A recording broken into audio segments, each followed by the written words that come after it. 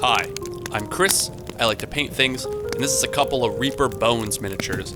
I start a lot of videos with a couple of Reaper Bones miniatures, but that's because they're really cheap, the quality is solid, and they're really good fodder for fun little side projects. You know, dioramas, like the thing we're going to build today.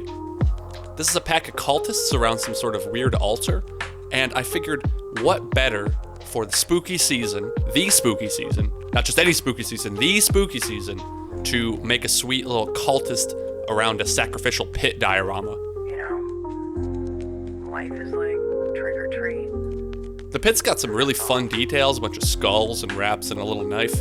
And the cultists themselves, while not like overly detailed, have just enough to like make something look great. I also have this, I think it was the lid of a candle, possibly like a wooden candle holder or candle cover or something. And it's like the perfect little plinth to build our diorama on.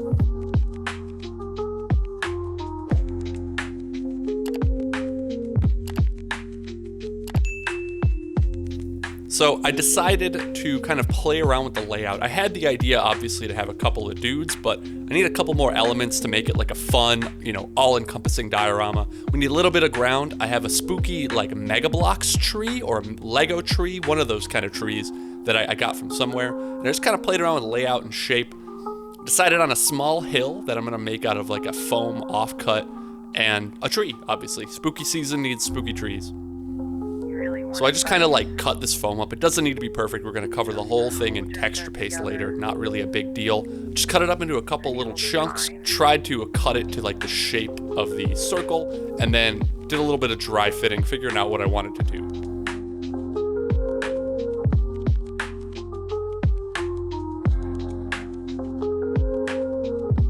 This foam is really easy to cut up, but it leaves a lot of a mess. So, you know, keep your vacuum on hand. But I kind of settled on, like I said, like a hill on the back that I fixed with just some regular white glue.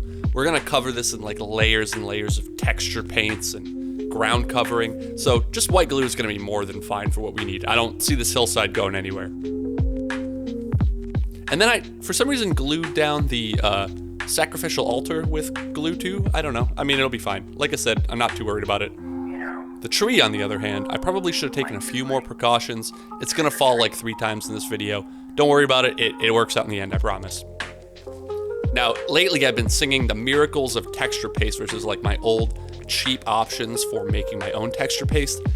It is just better. I hate spending money on things that feel unnecessary, but it is just better. And it looks like peanut butter. It doesn't taste like peanut butter, but it looks like peanut butter. But it just speeds up my project so much, and it hardens like way more solid than my baking soda mix. It does harden pretty fast, so you kind of got to work with it. So I did a little wet work with my brushes, stamped 2 little spots that our cultists are going to need a little room for, and I let this dry overnight. Apologies if you can hear my cat running around in the background. She's fat and needs the exercise, so please don't mind her. After that dried overnight, I was left with a really nice, solid, like, texture and foundation to work up from. Not perfect. I've only been playing around with this stuff for a little while, but, you know, I'm learning. I found these really weird MDF offcuts, and we're gonna build ourselves, like, a spooky fence. This is probably my least favorite element in the final build. I'm sure I could've, like, made a better, like, spiky, spooky fence, but I don't know. It'll be fine. Don't worry about it. It's also gonna be really dark and metal, so you probably won't even notice. The fact that the beads kind of perfectly stuck on the end of these weird MDF offcuts is half the reason I went ahead with this fence. It was just like too perfect not to use. Then I took a little bit of chain and ran the chain around. A lot of this is actually taking inspiration from like an unfinished other Halloween diorama I built before. That's actually literally where the tree comes from and kind of the layout idea, but this came out better than any of that will.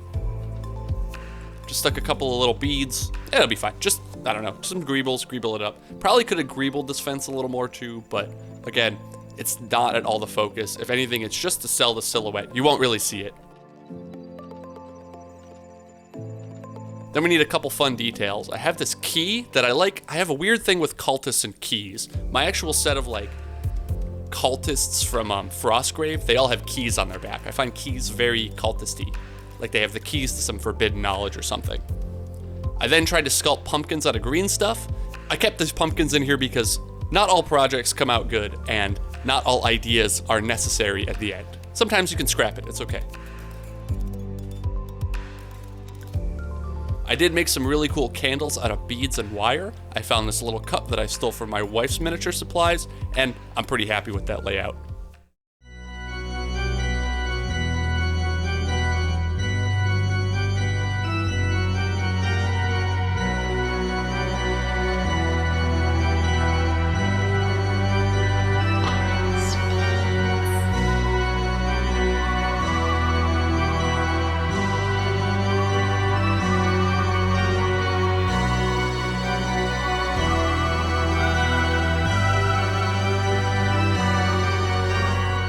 Yeah, this place is kind of a mess right now.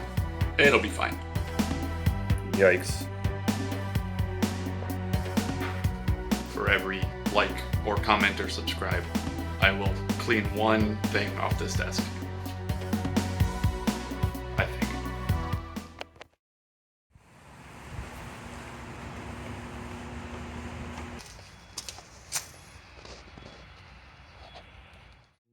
So I took those miniatures outside, gave them a quick spray paint with black, let them dry, and they look great. The best part of any like build like this is when it's all spray painted black and you can like see the detail as individual pieces rather than like, you know, a mish of like random colors and beads and stuff. Now this looks good, promising. I'm gonna start and paint the cultists in the same way I paint cultists in all of my other videos, just a lot of red dry brushing.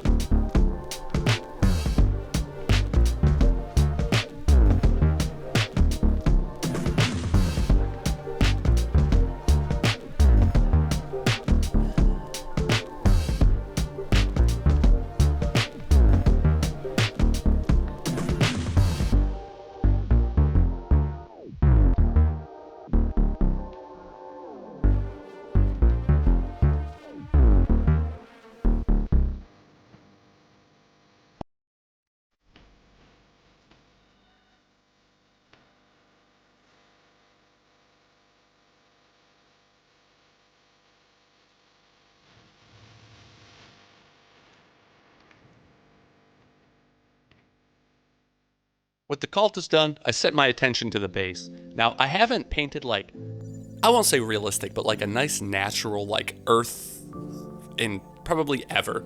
So it's kind of like a trial and error. I don't use any oils, which I know like oils are great for like realistic earth texture. I watch a lot of Boy Lie Hobby Time, and that's like his jam. So I kind of use that as inspiration. I broke a few things in the process. It's just gonna happen. And I think I end up leaving that candle off. I can't even remember. But just some good solid brown dry brushes and layers. Kind of worked in a little bit of white. Kind of kept it splotchy, unclear. And then I detailed everything else off camera. You know how to paint a candle. You don't need me to show you how to paint like off white and orange. But I think it's looking cool, right? That's not bad. I decided to go big on this and waste a bunch of my good strong tone. I usually would use some sort of like nasty like dip wash, but we gotta use strong tone because it's gonna make that rock look super rich.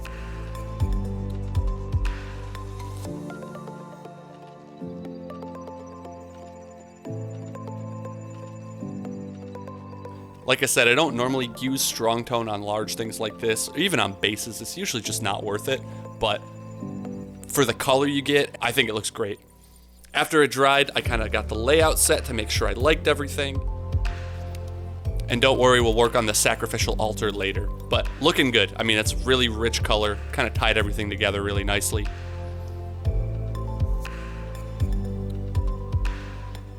So for the inner sacrificial pit, we're gonna go red. They're gonna be summoning some awful red demon. Chaos energy thing. I'm not quite sure what they're summoning, but whatever it is, they're doing a pretty good job of it. And it's gotta be red. I mean, it's red cultists, red energy auras, you know, red, red, red. Red is also a great color to simulate glowing. So we're gonna use this dry brush and feather it out from the edges and make a really nice, really poor man's object source lighting. The trick is to be really subtle with this and then like work on it and keep going back and forth really lightly till it looks like it glows. I think that looks pretty good. Always make sure your like light is coming from the same angle. Make sure that things that wouldn't get hit by light don't, and things like the side of the cliff that should do. We're gonna improve this a little bit later, I promise, but it's a good start. Gave me a good idea of where we were going. Now the cultists are completely painted and dry. I gotta fix them into place so I really know what I'm doing and I can work on this glow a little bit better with them like involved. I decided to spend a lot of this footage showing you how to superglue miniatures down. I don't think you need to know how to superglue miniatures down, but you know, I did it anyway. And for those of you wondering, yes, I have a little bit of a stuffy nose. I'm trying to fight through it, but it is, you know, it's cold up here in New York, so. My wife offered me some of her like really nice foliage that I'm gonna turn into the basing material for this project. So of all the things in this project, this was definitely the biggest experiment. I've never done fall basing, fall colors before. It's such a good color palette, but I just never tried. I don't know. I don't paint like with bright reds and oranges. I usually do like dark reds and oranges or bright blues and greens. It's kind of my two like wheelhouses. So I took a bunch of this foliage and I put it in a cup and I tried to cut it up. I should probably get like a food processor or something. I think that's probably like a good buy later on. It's just like tedious. I put it in a different container and actually like mashed it almost like I was, you know, smashing up spices. And it worked okay. It didn't work amazing, but it worked enough for me to get the job done. I watched a couple tutorials on doing fall basing. The thing I saw that was great was to just put regular grass, not bright grass, but regular grass down and then slab leaves on top. So it's exactly what we're gonna do.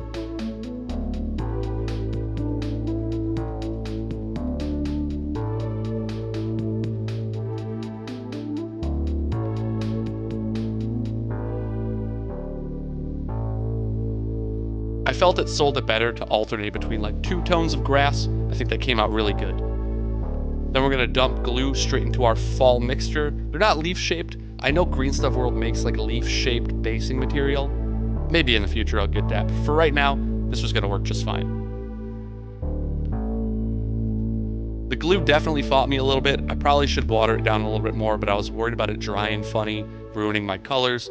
But you know, just took some doing. I tried to be really haphazard and random with this, but definitely concentrating in the crooks and around the trees, places that leaves would like get stuck. In piles on grass at the base of the tree. Definitely not in the evil altar though. After they dry, they look pretty sweet. I mean, now I like this.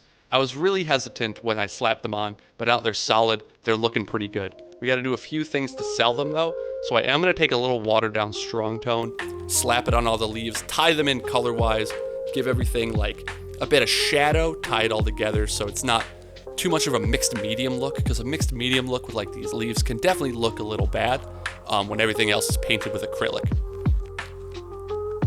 Now, if you're a listener of the Chilluminati podcast, you've just gone down a bunch of episodes about chaos magic. You know what I learned about chaos magic? It's the same magic in quote-unquote real life as it is in Warhammer. So our little cultists are going to be chaos magicians. I tried to freehand this symbol, do a couple of effects on it.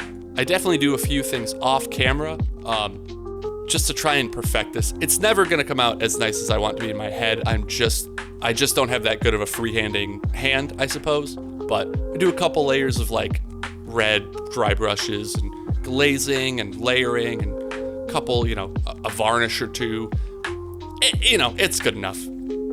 I know it's the centerpiece of the whole thing. It's where your eye's gonna go, and it's probably the most important, but it's fine.